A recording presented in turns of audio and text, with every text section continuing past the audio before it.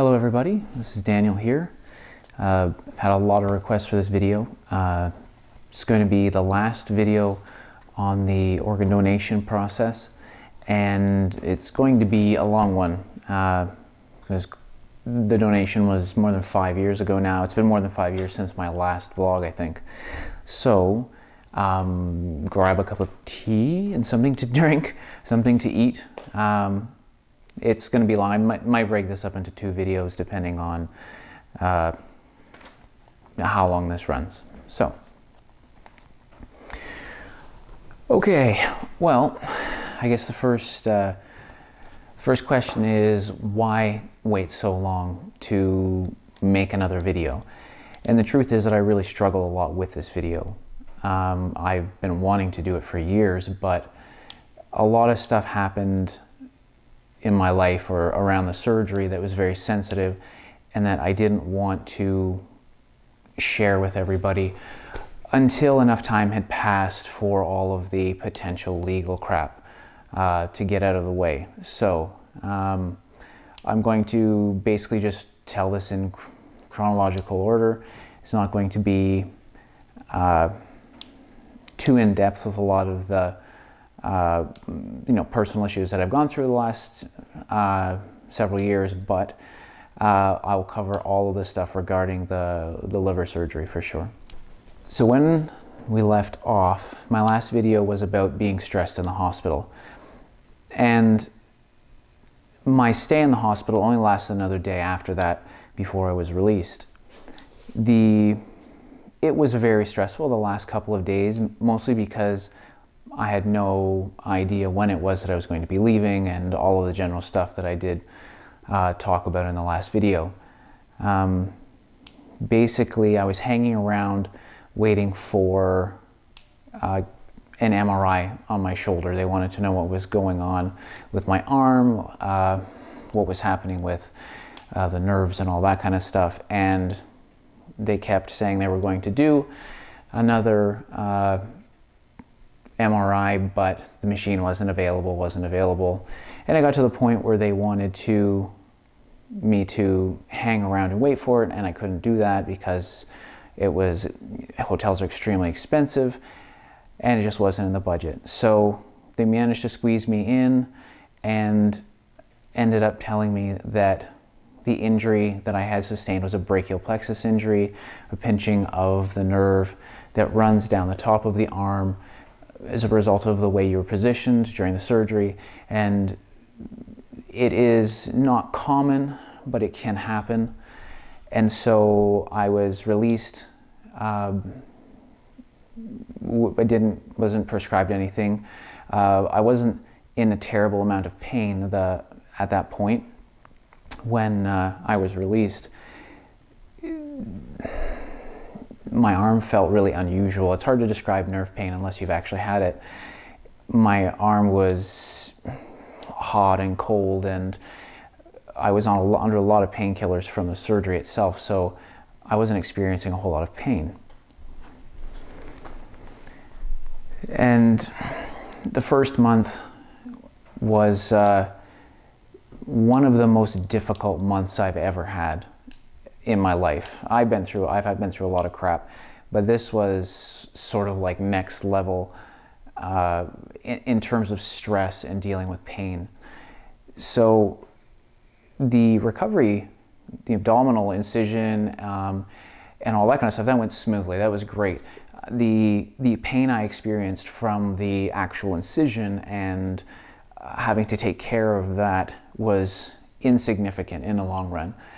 It was painful, but I was at this point about to get walloped with a kind of pain I'd never experienced before, and it made me entirely forget about the pain associated with my incision. And so diving into that, basically, I started to notice the pain almost immediately leaving the hospital. I had trouble sleeping for a few nights, and the more the heavy medication, heavy painkillers were wearing off, the more intense the pain got. And it was basically from right about here, all the way down into the tips of my fingers. And if you could just draw a line basically all the way up the arm like this, it was like that on both sides, just the top part, just the brachial plexus nerve. And the pain started out as a burning sensation or an icy cold sensation. They're very similar, but they're functionally very different. Like, it's hard to describe it. Basically, when it got bad, like really bad, it felt like my arm was on fire, literally burning, and there was nothing that you could do about it.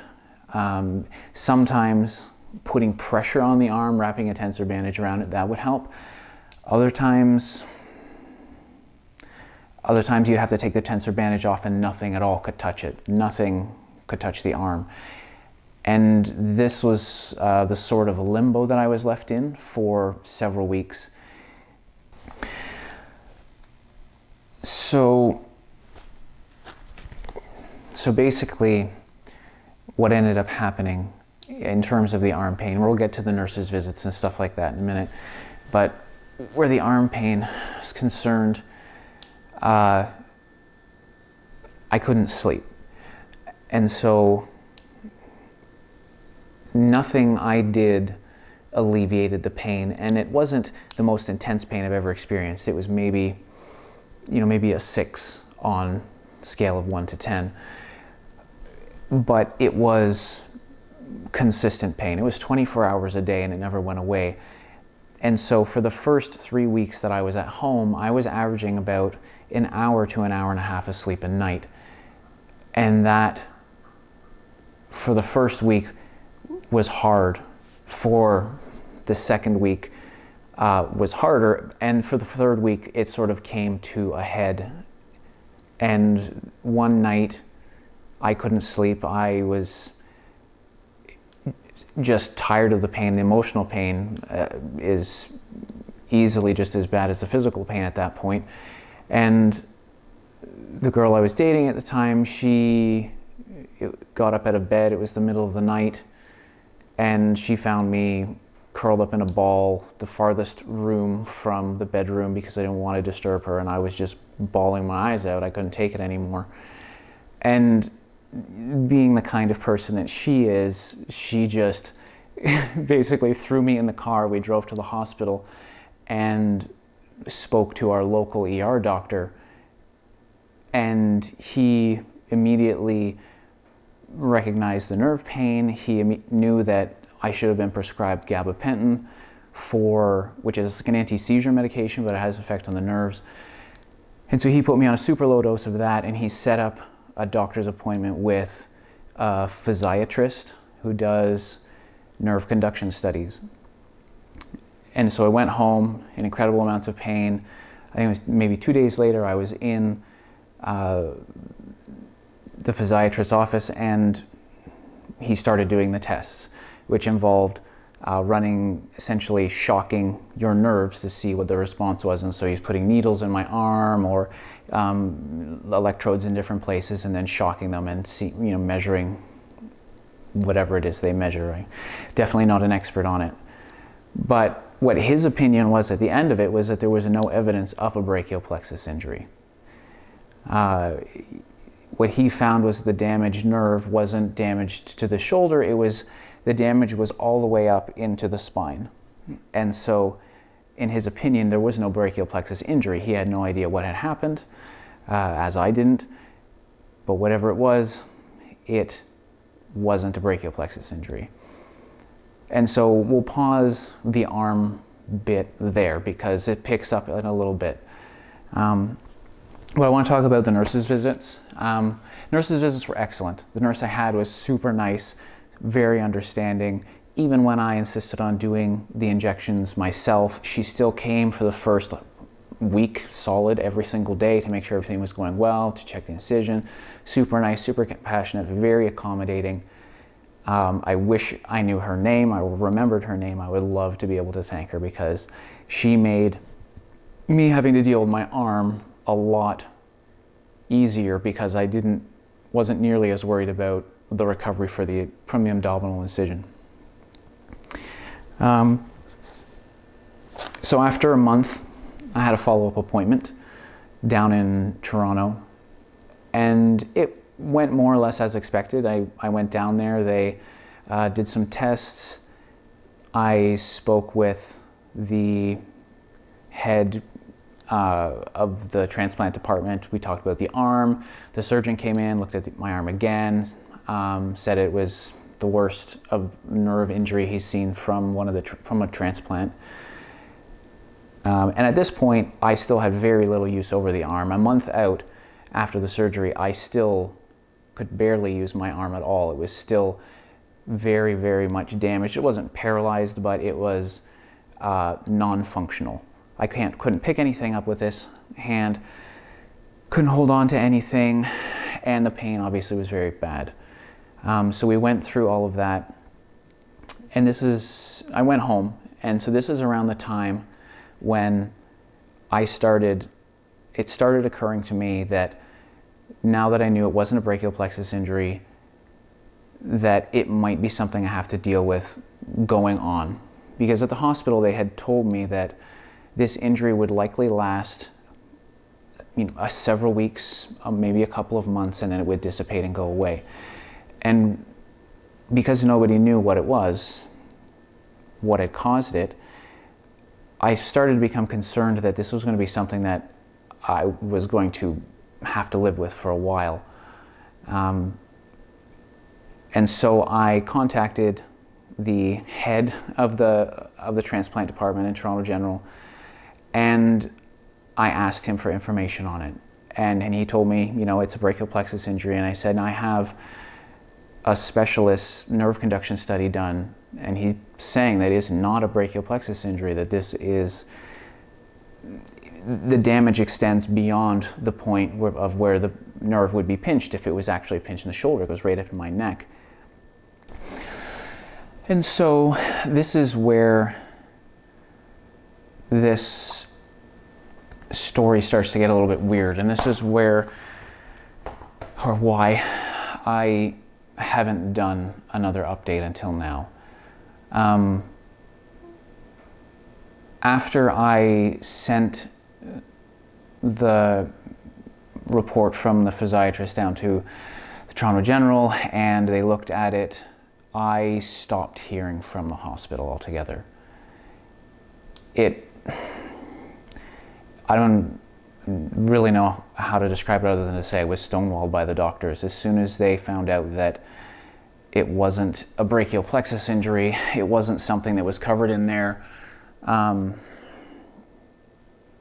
information package that you receive before doing the surgery, everything changed. I received very short emails, very short messages. My 3-month follow-up appointment, every appointment I'd ever had with the entire transplant process was always booked all on one day. All the testing was all on one day because I had to drive or find her. At that point I didn't have a car and I wasn't driving, so I had to find somebody to drive me 3 hours to Toronto, and I couldn't afford to stay in a hotel, and everybody knew this, so they'd always set up all the appointments for one day. And so my 3-month follow-up appointment, I got down there and nothing was set up at all. The only thing I had that day was a blood test. And when I went to inquire at the transplant office, all the doctors were off. It was a weekend, and they said that the MRI, which was scheduled for the follow-up on my liver, was booked 2 days earlier. My appointment with the doctors was 2 days later, and other testing was even longer away than that. And that was the last time I was ever in the hospital, the transplant hospital, for follow-ups. So I'm 5 years post now, and I've never had any follow-ups to the surgery beyond the 1-month follow-up. They've never contacted me for it since. That's it. I mean, I haven't spoken to anybody from the hospital, ever. And this is when I began to realize that something weird was going on, and this is when I started to request the medical documents from the surgery itself.